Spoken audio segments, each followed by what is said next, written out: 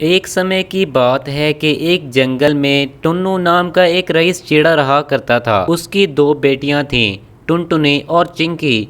एक दिन वो अपनी दोनों बेटियों को बुलाता है।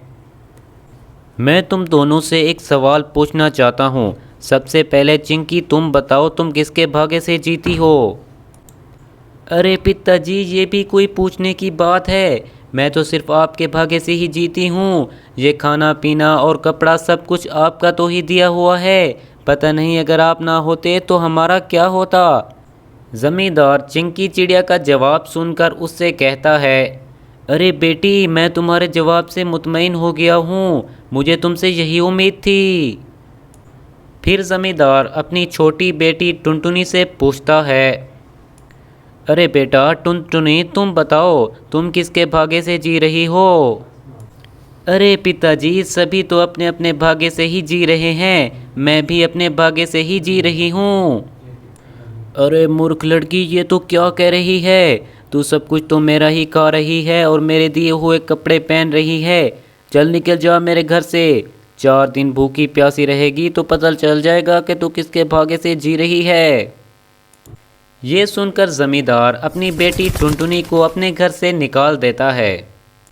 टुनटुनी भटकती भटकती एक दूसरे जंगल में पहुंच जाती है। अरे पिताजी ने मुझे घर से निकाल दिया है। इसमें पिताजी की कोई गलती नहीं है, सभी गलती तो मेरी है। अब मैं इसी जंगल में ही रहूंगी और अपना एक छोटा सा घर बनाऊंगी। टुनटुनी दूसरे जंगल में घोंसला बनाती है और वहीं पर रहने लग जाती है। इसी तरह कुछ दिन गुजर जाते हैं। अरे पिताजी, मुझे पता चला है कि टुनटुनी एक दूसरे जंगल में घोंसला बनाकर रह रही है। चलो चलकर वहां देखते हैं कि उसकी अकल ठिकाने आई है कि नहीं। जमींदार अपनी बेटी चिंकी को लेकर दूसरे जंगल में पहुंचता है। जब टुनटुनी चिड़िया अपने पिता को देखती है तो कहती है, आइए पिताजी, बैठिए। अरे मैं यहाँ पर बैठने नहीं आया, मैं तो सिर्फ ये देखने आया हूँ कि तुम्हारी अकल ठिकाने आई है कि नहीं। अरे टुनटुनी, तू जल्दी से पिता को बता दे कि तू इसके भाग्य से जी रही है। नहीं चिंकी दीदी, मैं तो सिर्फ अपने भाग्य से ही जी रही हूँ। ये सुनकर जमींदार गुस्से हो जाता है और टुनटुनी चिड़िया के घोंसले को तहस नहस कर देता है। अरे पिताजी, ये आपने क्या कर दिया? मैंने बहुत मुश्किल से अपना आशियाना बनाया था।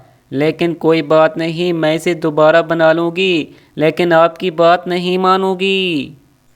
अरे मूर्ख चिड़िया, इस बार तो मैं तुझसे मिलने आ गया हूँ, लेकिन अगली बार मैं तुझसे मिलने नहीं आऊँगा। ये कहकर जमींदार गुस्सा होकर अपने घर की तरफ लौट जाता है।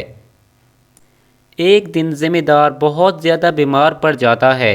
उसे अपने किए पर बहुत पछतावा हो रहा होता है। वो अपने नौकर को बुलाता है कि जाकर टुनटुनी चिड़िया को ले आए।